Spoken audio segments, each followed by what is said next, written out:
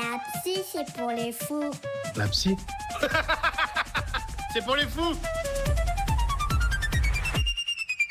Bienvenue dans la question psy, la série qui répond à toutes vos questions sur la psy et la thérapie. Avant toute chose, je tenais à vous présenter mes vœux. Je vous souhaite donc à toutes et à tous une très très bonne année 2026. Alors justement, en ce début d'année, on est tenté de se poser la question, faut-il ou ne faut-il pas prendre de nouvelles résolutions? En réalité, je n'ai pas tellement la réponse à cette question. En revanche, j'avais envie de vous proposer un exercice qui va vous permettre de faire le point sur l'année écoulée et vous projeter sur l'année à venir. Cet exercice peut être en réalité assez thérapeutique, bien plus que les résolutions que vous n'arriverez sûrement pas à tenir et qui risquent fort de vous faire culpabiliser. Alors, pour ceux qui souhaitent faire l'exercice, je vais vous demander de vous munir de 2 feuilles A4 ou d'un carnet.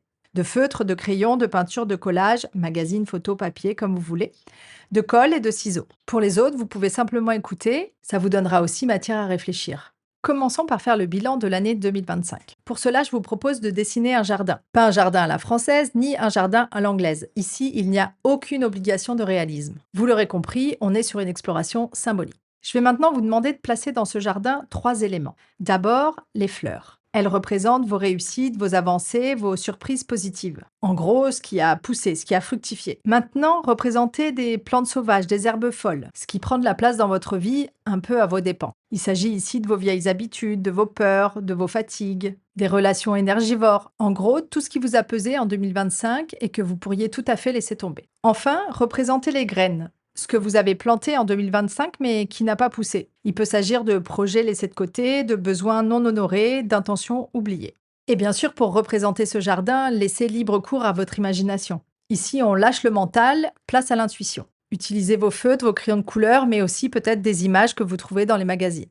Une fois votre jardin représenté, posez-vous 2 questions. Qu'est-ce qui mérite d'être célébré et qu'est-ce que j'ai nourri sans m'en rendre compte? Maintenant que le bilan de 2025 est réalisé, nous allons pouvoir nous projeter sur 2026. Je vais vous demander de nouveau de dessiner un jardin, mais très différent du précédent, évidemment. Dans ce jardin, vous allez placer 3 zones. Un premier espace qui représente ce que vous avez envie de continuer à arroser. Des bonnes habitudes, des relations agréables, des valeurs, des pratiques qui vous épanouissent. Dans la deuxième zone, dessinez ce que vous décidez de tailler ou de composter, des comportements ou des croyances dont vous pouvez tirer un apprentissage, mais que vous décidez de ne pas emporter. Enfin, dans la dernière zone, vous allez représenter les nouvelles graines à planter, les intentions que vous avez pour cette nouvelle année. J'ai bien dit intention, pas résolution. C'est presque pareil, mais ça met moins la pression. À ce stade, vous pouvez choisir un symbole qui vous accompagnera toute l'année. Une fois l'exercice terminé, prenez le temps de clôturer cet espace de création. Vous pouvez regarder votre année écoulée avec douceur et vous projeter sur l'année à venir avec envie. Et si ça vous parle, vous pouvez choisir un geste rituel pour mettre fin à cet exercice. Dans le courant de l'année, vous pouvez tout à fait vous reporter à cette création et pourquoi pas faire le bilan à mi-parcours de là où vous en êtes. Et surtout, conservez-le précieusement, comme ça vous pourrez le ressortir l'année prochaine à la même période, en janvier 2027.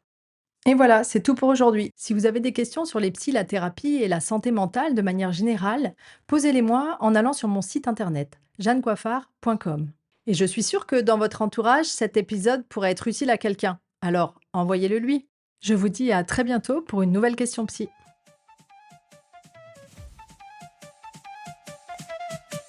La psy C'est pour les fous!